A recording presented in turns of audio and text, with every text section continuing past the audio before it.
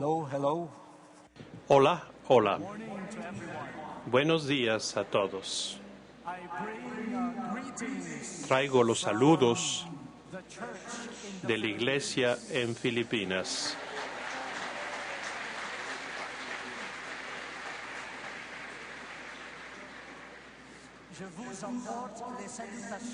Les traigo los saludos de la iglesia de Filipinas.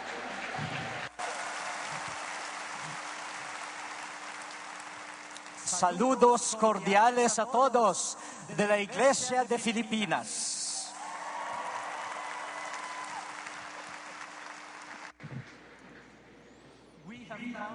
Hemos llegado a esta parte del Congreso dedicado a la reflexión en Eucaristía, la vida de Cristo en nuestras vidas. Esto corresponde al capítulo 4 del documento de Fundación Teológico. Estos últimos días hemos estado afirmando que la Iglesia vive por el don de la vida de Cristo. Esta parte esencial de nuestra fe se experimenta de una forma única en la Eucaristía, donde la Iglesia recibe nuevamente la vida de Cristo para que se vuelva su propia vida.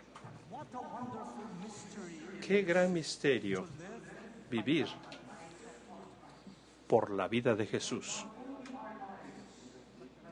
No solamente nuestra vida, sino también la vida de Cristo. La misión de Jesús es dar su vida para que otros puedan vivir.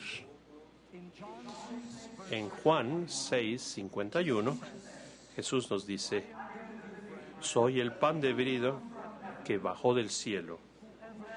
Quien coma de este pan vivirá para siempre. Y el pan que yo les voy a dar para la vida del mundo es mi carne.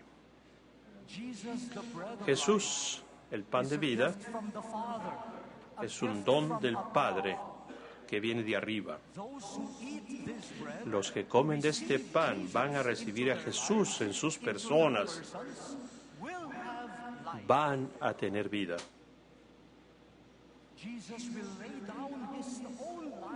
Jesús va a entregar su vida para que otros vivan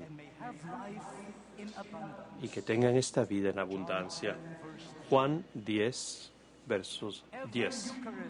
Cada Eucaristía anuncia: tanto amó Dios al mundo que les dio su Hijo único, para que quien crea en Él ya no muera, sino tenga la vida eterna. Juan 3:16. Porque la vida de Jesús está orientada hacia los otros, la Iglesia debe compartir esta vida con el mundo.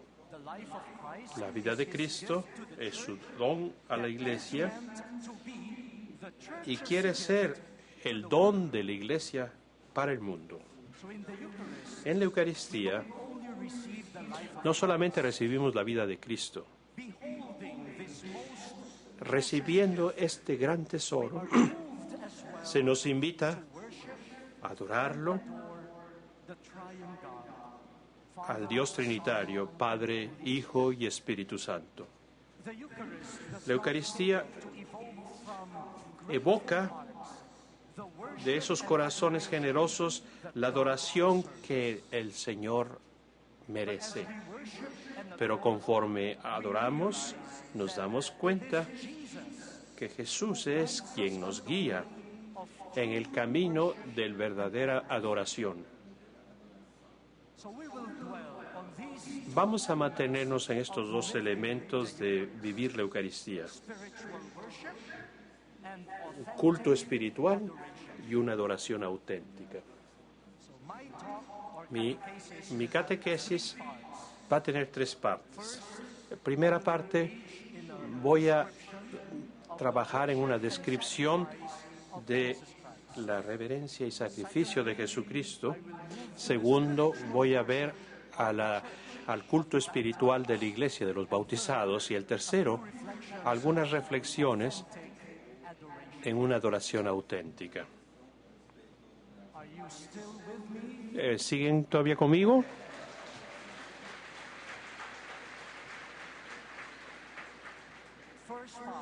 La primera parte, el culto y sacrificio de Jesucristo. La tradición católica se refiere a la Eucaristía como el sacramento del sacrificio de Jesús. En la tradición judea, la ofrenda del sacrificio ritual ocupaba un lugar central en el culto del pueblo de Dios. Y nos preguntamos ahora, ¿el sacrificio de Jesús fue diferente de los otros sacrificios del templo, como el derramar la sangre de animales y el quemar las ofrendas? ¿Qué hizo que el culto sacrificial de Jesús fuera tal cosa? Hay que considerar que el culto de Jesús contenía en su único sacrificio. Vamos a buscar en la carta a los Hebreos la inspiración para ver esto. En la carta a los Hebreos 7:27 se anuncia: diferente de los sumos sacerdotes, Jesús no tiene que ofrecer sacrificios día tras día, en primero por sus propios pecados y luego por los del pueblo. Lo hizo de una vez para siempre, cuando se ofreció a sí mismo. Él se ofreció a sí mismo. Entregó, en Hebreo 9:12, que entró una vez para siempre en el lugar santo, no con la sangre de cabras y ganado, sino con su propia sangre, obteniendo una redención eterna. Jesús ofreció su propia sangre, su verdadera vida, y no la vida o la sangre de un animal sustituto. La carta también nos dice más. En el capítulo 10, versículo 10, es por la voluntad de Dios que hemos sido santificados a través de la ofrenda del cuerpo de Jesucristo, una vez para siempre. El culto sacrificial de Jesucristo, por lo mismo, consiste en la ofrenda de su cuerpo, su sangre, su vida. La cumbre de este sacrificio de oblación personal se realiza en la cruz y alcanza su plenitud en el santuario celeste, o sea, en la glorificación de Jesús en presencia del Padre. Hermanos y hermanas queridos, hemos ido más allá de un mero sacrificio ritual al sacrificio viviente de la entrega personal del amor. El culto de Jesús culmina en la entrega de su humanidad y su entrada de su propia humanidad en la presencia de Dios para la vida, para la salvación del mundo.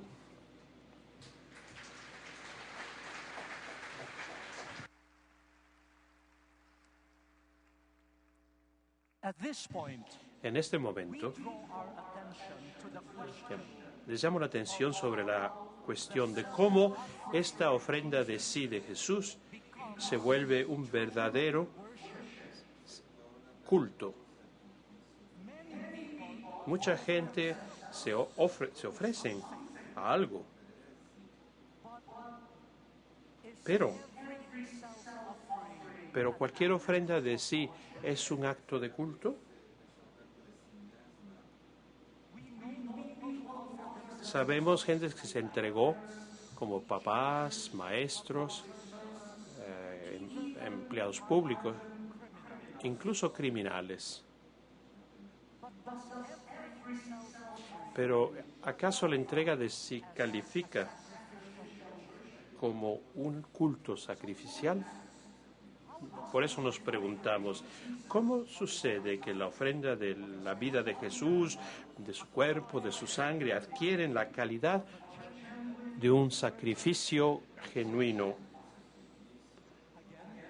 Y la carta a los Hebreos, de nuevo, nos da dos elementos de la oblación de Jesús en su entrega personal. Primero, Hebreo 5, 7, 8 nos dice, en los días de su carne, Jesús ofreció oraciones y súplicas con gritos y lágrimas a aquel que era capaz de salvarlo de la muerte, y se le oyó porque a causa de su sumisión reverente, aun siendo a ser hijo, aprendió la obediencia a través de su sufrimiento. Este es el primer aspecto que hace su ofrenda personal un acto de culto. Es decir, su obediencia o sumisión reverente al Padre, que quería que la gente fuera salvada y llevada a la gloria.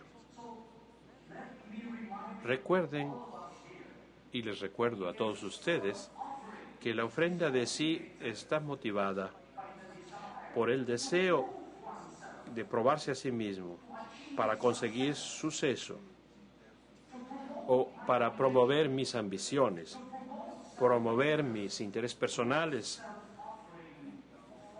queda muy corta de ser un acto de culto.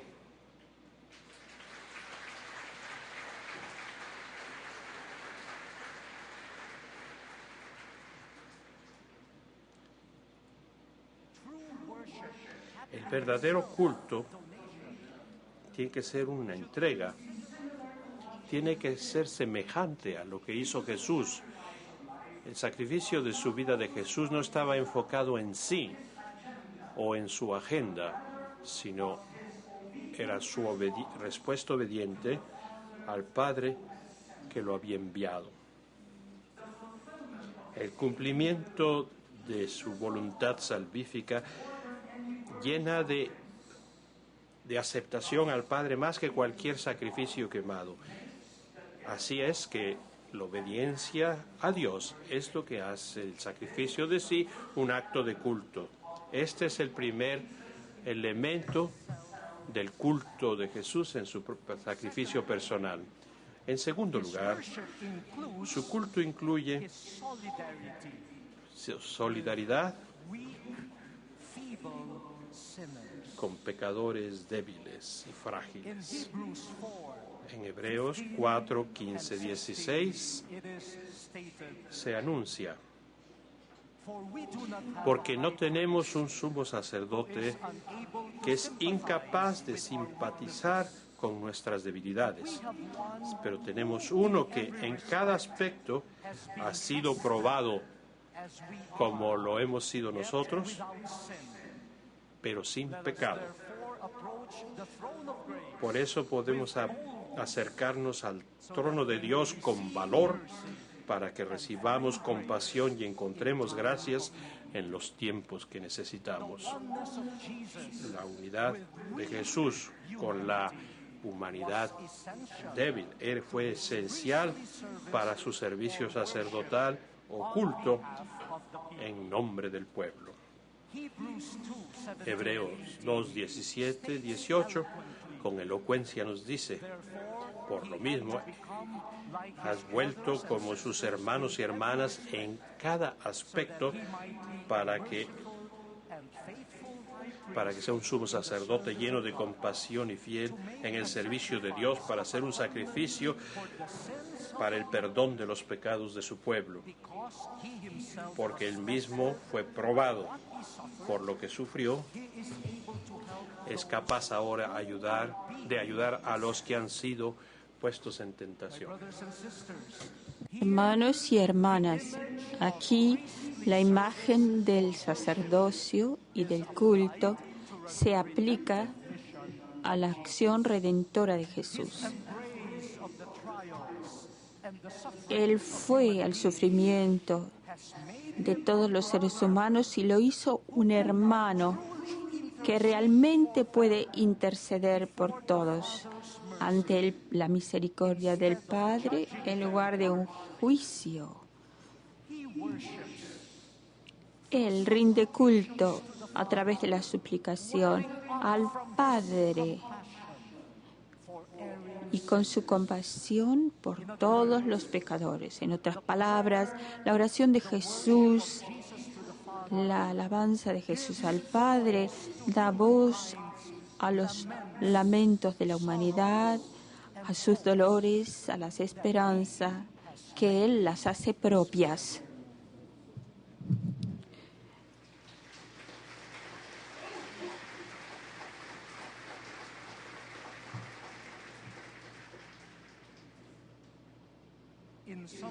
Resumiendo, podemos decir que el culto de Jesús es el sacrificio de su vida ofrecida para cumplir la voluntad del Padre de salvar a los pecadores cuyas debilidades Él comparte, con el fin de levantarlos a la misericordia de Dios como un sacerdote de compasión y un hermano.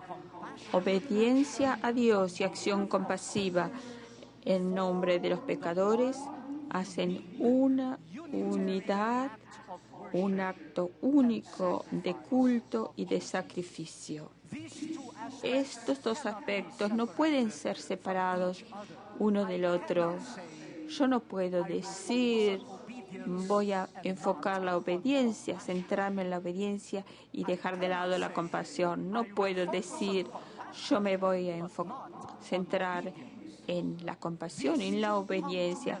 Estos dos están juntos en un solo acto de sacrificio y de adoración.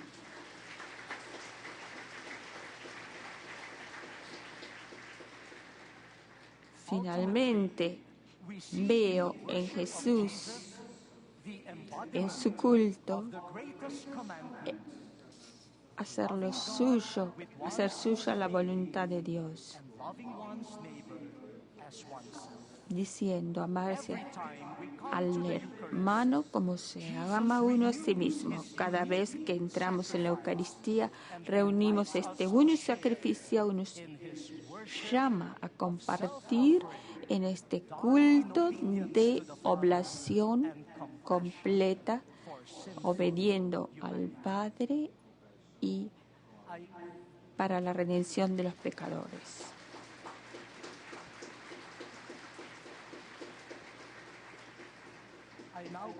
Ahora voy a la segunda parte de este compartir, que es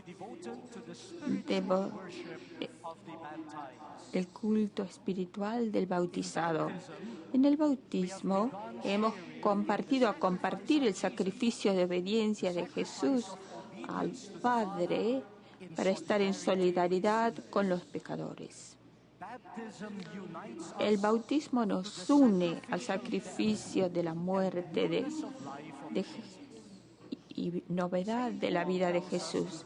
San Pablo nos dice en Romanos 6, 3 y 4, ¿no saben ustedes que todos nosotros que hemos sido bautizados en Cristo, hemos sido bautizados en su muerte? Por lo tanto, hemos sido enterrados con Él por el bautismo en la muerte. Entonces, como Cristo, que fue resucitado de la muerte para la gloria del Padre, nosotros también vamos a caminar en la vida nueva. Esto es de San Pablo. En unión con Cristo y con el poder del Espíritu Santo, nosotros bautizados tenemos la capacidad de ofrecer nuestra vida para Dios, y esto significa morir al pecado. Obediencia a Dios significa morir así al pecado. Renunciar al pecado y tener fe en Dios forman un culto fundamental y el sacrificio del bautizado, hecho posible cuando nosotros compartimos el sacrificio de Jesús. A la luz de esto podemos entender las palabras de San Pablo a los Romanos 12:1, cuando él dice: los llamo a ustedes, hermanos y hermanas, por la misericordia de Dios, de presentar sus cuerpos como sacrificio vivo, santo y aceptable a Dios, como culto espiritual.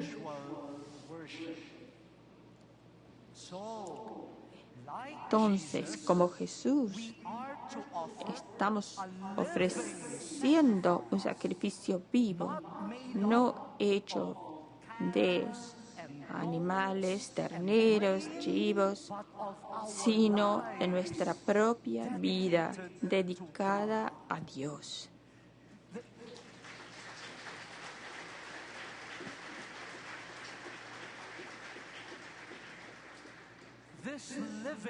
Este sacrificio vivo, unido al sacrificio de Cristo, construye la comunidad cristiana también.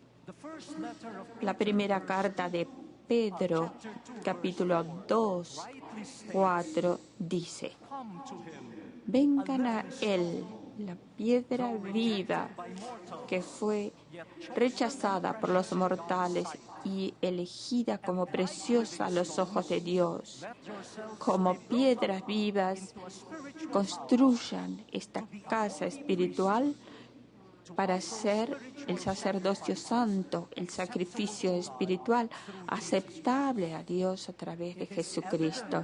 Es evidente, hermanos y hermanas, que este sacrificio vivo del bautizado incluye los mandamientos éticos. San Pablo nos dice en la misma carta que ofrecer nuestros cuerpos como sacrificio vivo va a suceder solamente si no somos conformes a este mundo, sino que estamos transformados, renovando nuestras mentes para discernir cuál es la voluntad de Dios, lo que es bueno, lo que es aceptable y perfecto. En conformidad con la voluntad de Dios, esto es la llave para el sacrificio de la vida de todos los bautizados.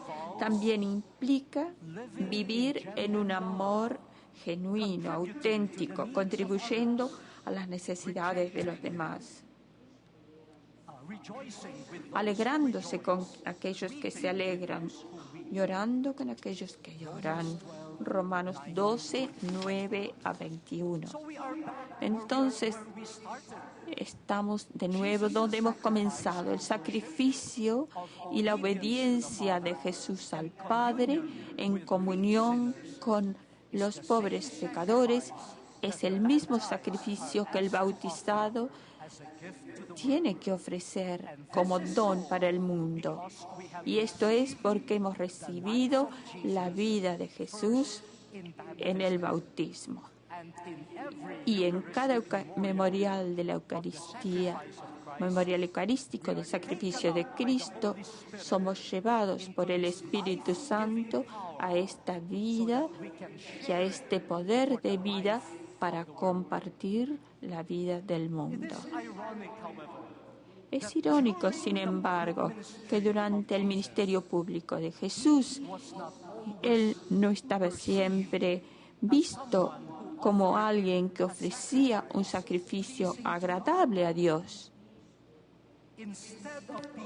En lugar de ser felicitado por ser obediente a Dios, muchas veces fue acusado de ser desobediente a la ley de Dios. Mucha gente atribuyó sus milagros al poder del príncipe de los demonios en lugar de la intervención divina.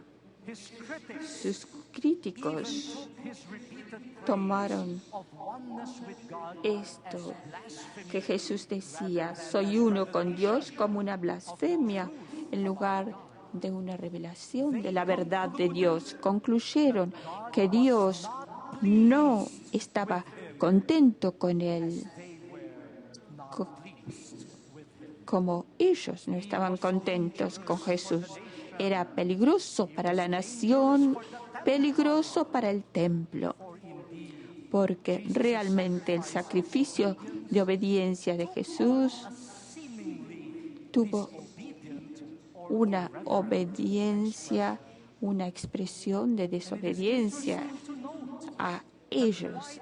Es interesante ver cómo muchas veces Jesús fue denunciado como el que violaba la ley de Dios cuando él mostraba compasión por los débiles, por los pobres, por los enfermos, por las mujeres, por los pecadores públicos. Él ofreció vida nueva a los que eran considerados como impuros, comiendo y estando con ellos. Y les aseguró que Dios no estaba lejos y que había esperanza en la misericordia de Dios. Pero él mismo no tuvo misericordia por sus adversarios. Los adversarios no tuvieron misericordia con él, lo ridiculizaron en su obediencia y al entregarse a sí mismo. Jesús se sufrió por todos aquellos amados por Dios y entregó en este sacrificio, y en el proceso se entregó, expuso a los falsos dioses, a la ceguera de esta gente que se creía en el recto camino. El culto de Jesús es el lazo entre esta alabanza y la necesidad de la gente. Los que estaban adorando a falsos dioses eran insensibles a las necesidades de sus hermanos.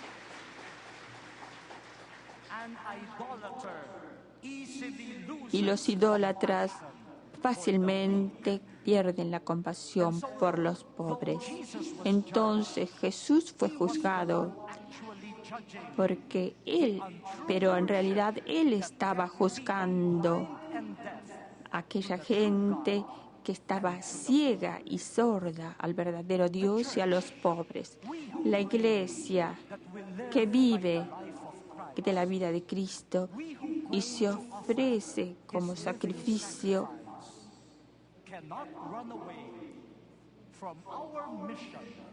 no puede escapar a la misión de Jesús para quitar a estos dioses falsos del mundo. ¿Cuántas personas han cambiado el verdadero Dios por ídolos como prestigio, aprovechamiento, placer, control? Los que adoran dioses falsos también dedicarán su vida a ellos, estos dioses falsos. En realidad, estos dioses falsos tienen sus propios intereses. Estos dioses falsos muchas veces soy yo misma.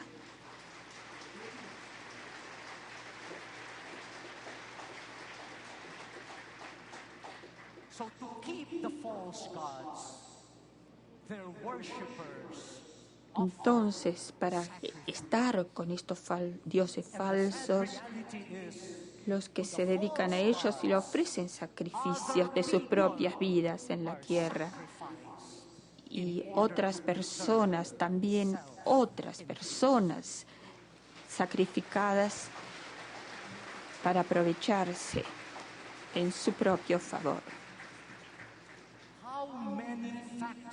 ¿Cuántos trabajadores de fábricas de la industria se les niega el derecho en favor de este Dios de que se aprovecha? ¿Cuántas mujeres son sacrificadas al Dios de la dominación?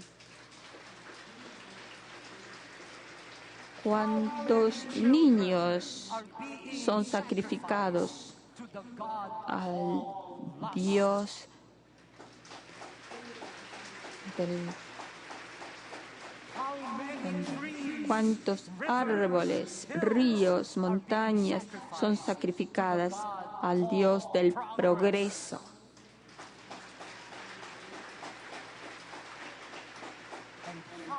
¿Y cuántas personas pobres son sacrificadas al Dios del provecho? Tipos que no se pueden defender son sacrificados al Dios de la seguridad nacional.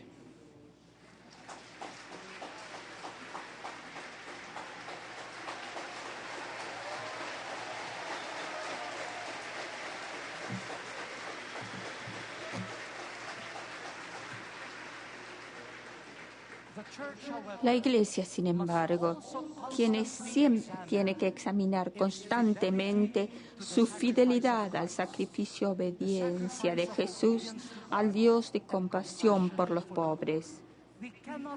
No podemos solamente acusar a los demás, sin acusarnos a nosotros mismos.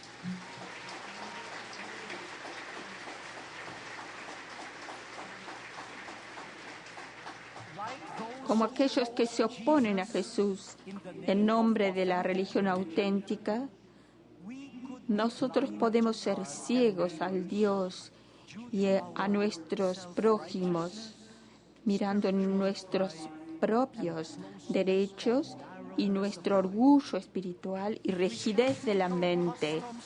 Las costumbres eclesiales y de las personas pueden tener una mirada muy estrecha y no tener compasión. Permítanme una confesión. Estoy realmente confuso cuando algunas personas que ni siquiera me conocen personalmente dicen que ser un obispo automáticamente me ponen cerca de Dios, más cerca que lo que ellos pueden estar.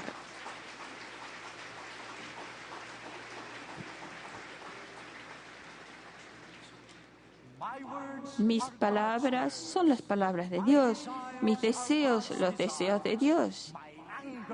Mi enojo, el enojo de Dios, mis acciones, también qué poder tan grande que tengo. Mis acciones son las acciones de Dios.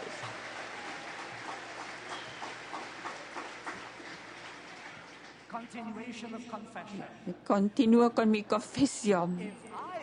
Si no tengo cuidado, si no estoy atento, voy a vivir esto, voy a creer esto y voy a comenzar a pedir las ofrendas de ustedes, la mejor comida, el mejor vino, el dinero, sus vehículos, sus casas, y que me adoren y que se sometan. Después de todo, yo soy Dios.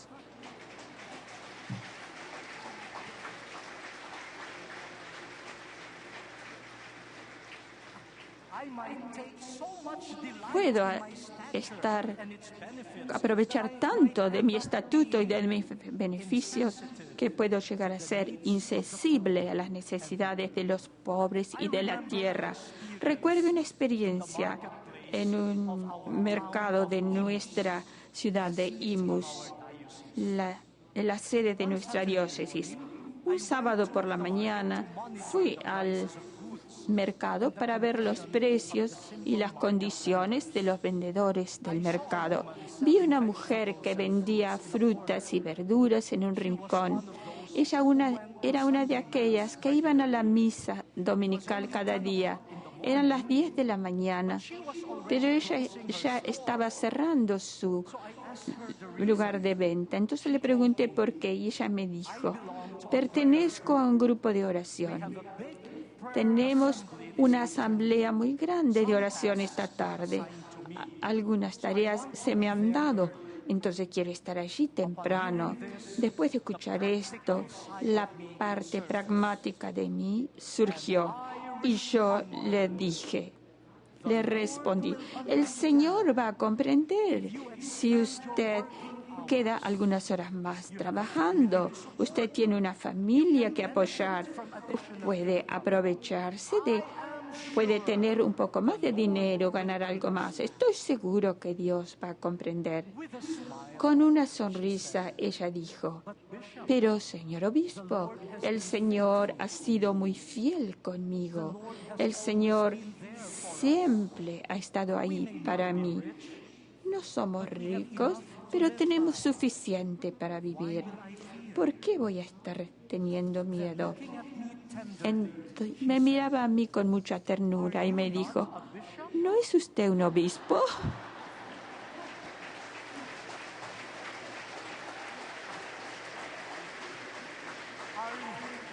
¿Usted no tendría que entusiasme en mi fe? Hermanos, yo estaba realmente avergonzado, pero para mí fue una experiencia espiritual de culto, de adoración. Yo, el religioso y aceptado culturalmente como presencia de Dios, se me reveló que yo era una persona que no representaba bien a Dios, una mujer sencilla que ofrecía a Dios ella misma en verdad de su amor. Me manifestó a mí la presencia de Dios. Ella me dio a mí el sacrificio espiritual de culto a Jesús. De esta elegante catedral, con el ruido y la suciedad de este mercado. Yo estoy segura que Dios está contento con ella.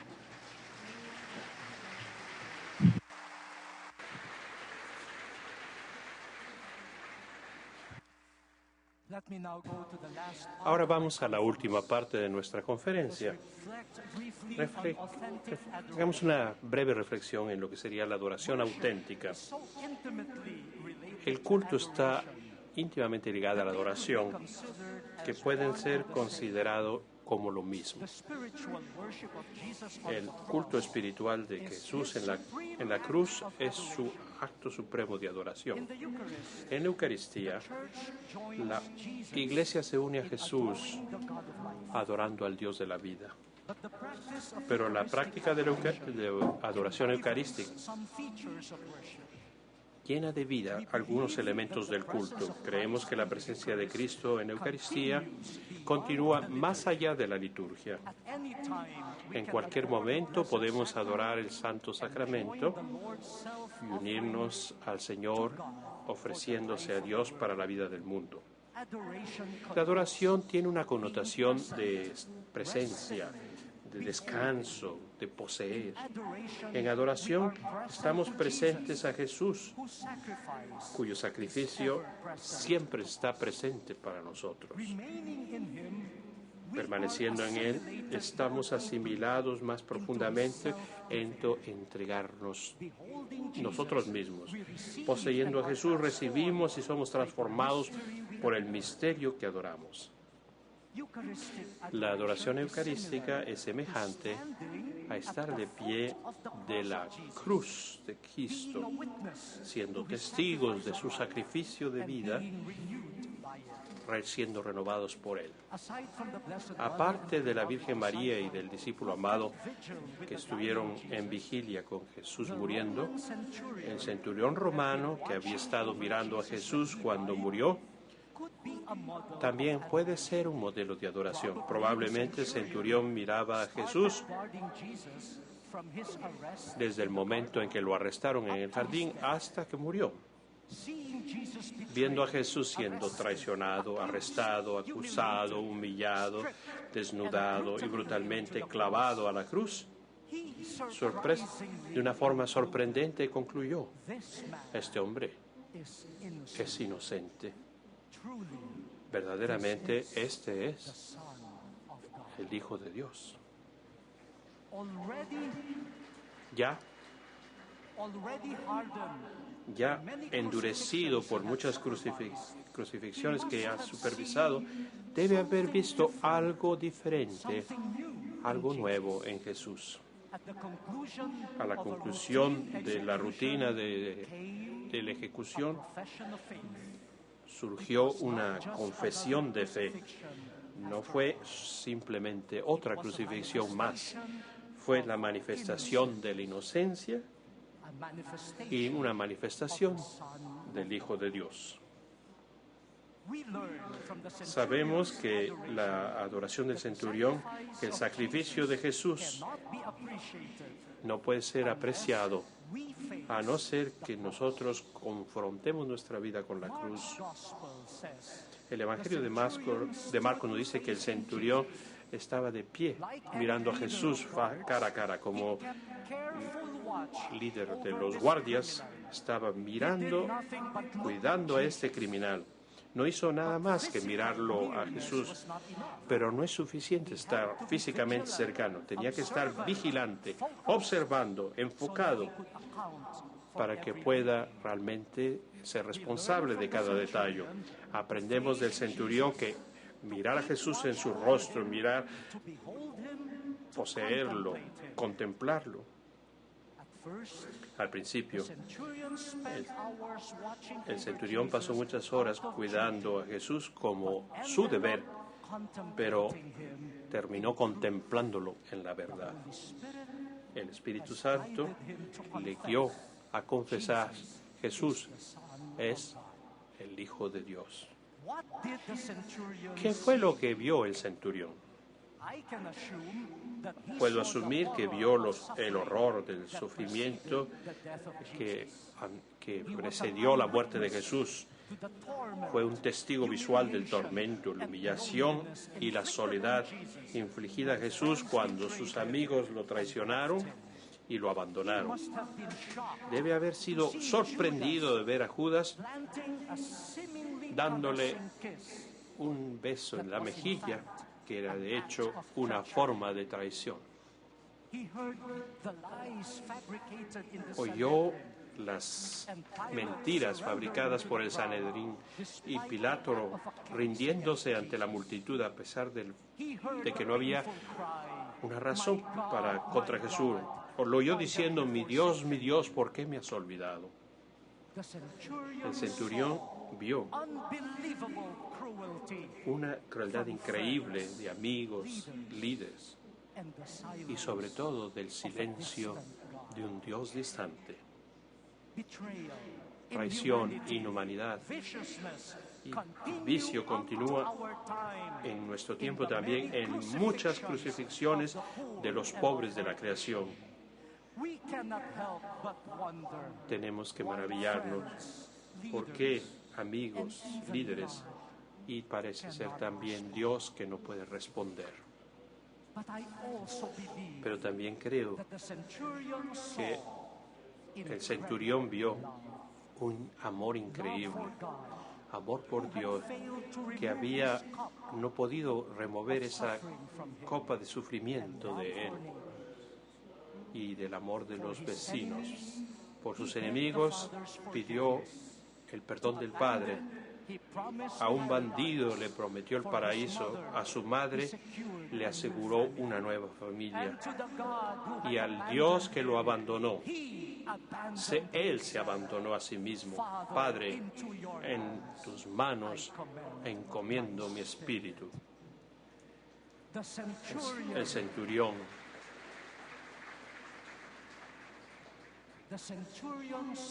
El centurión vio amor surgiendo en el desierto de la inhumanidad, entre el ridículo y mentiras.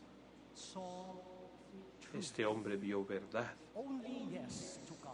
Solamente un sí a Dios, sí al prójimo, sí a la misión. En la cruz de odio y violencia, el centurión encontró amor.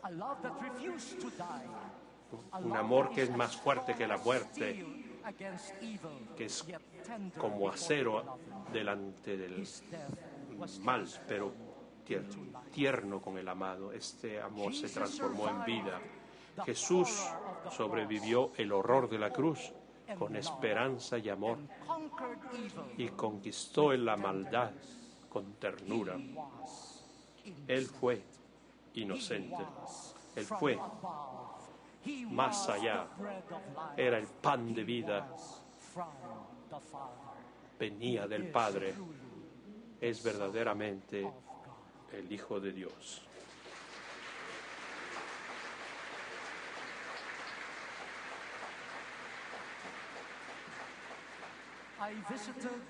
Visité una sección pobre de una parroquia que abrió un programa de alimentación para niños malnutridos antes de los 12 años. Los papás tenían que supervisar la comida de los niños. Cuando estaba yo allí, una pequeña niña en esta sala gritando, estaba dándole comida.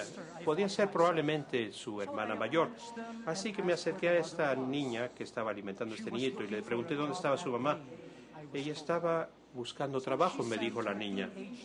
Entonces envió a su hija de 15 años a alimentar al niño. Y pensando que ella tenía tanta hambre como su hermanito, le pregunté, ¿has comido? Y me dice, no. No soy parte del programa. Ya tengo más de 13 años. Fui sorprendida de su honestidad. Para los niños hambrientos, esta era una oportunidad para hacer trampa, ver cuando no estaba nadie viendo, uno para el hermano y otro para mí. Pero ella permaneció honesta. Y le respondí, voy a decirle a un voluntario que te den comida, si quedó algo de comida después. Gracias, pero con pena me dijo, no, monseñor, hay muchos otros niños en la aldea. Denle lo que quede a ellos.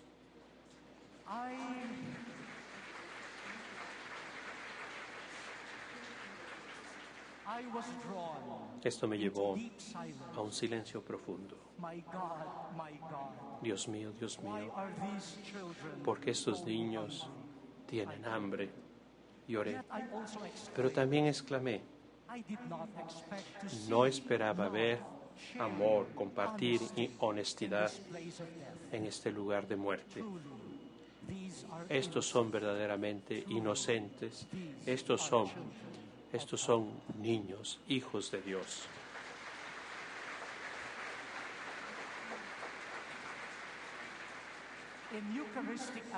En la adoración eucarística, unámonos al centurión en observar a Jesús y ver lo que él vio. Tomemos un tiempo con las muchedumbres de inocentes víctimas de nuestro tiempo. Quizá podamos tocar a Jesús en sus lágrimas y sufrimientos porque los hizo propiedad suya. Y tengámonos juntos en amor, viendo a nuestro prójimo que sufre. Podemos ser cambiados como el centurión en discernidores de la verdad.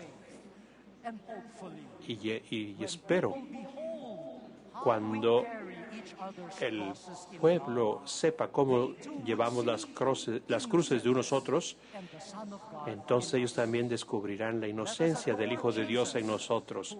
Adoremos a Cristo que ofreció su vida como un don para el Padre y recibamos el Espíritu en nosotros como pecadores. Adorémosle para nosotros, para los pobres para la tierra, para la iglesia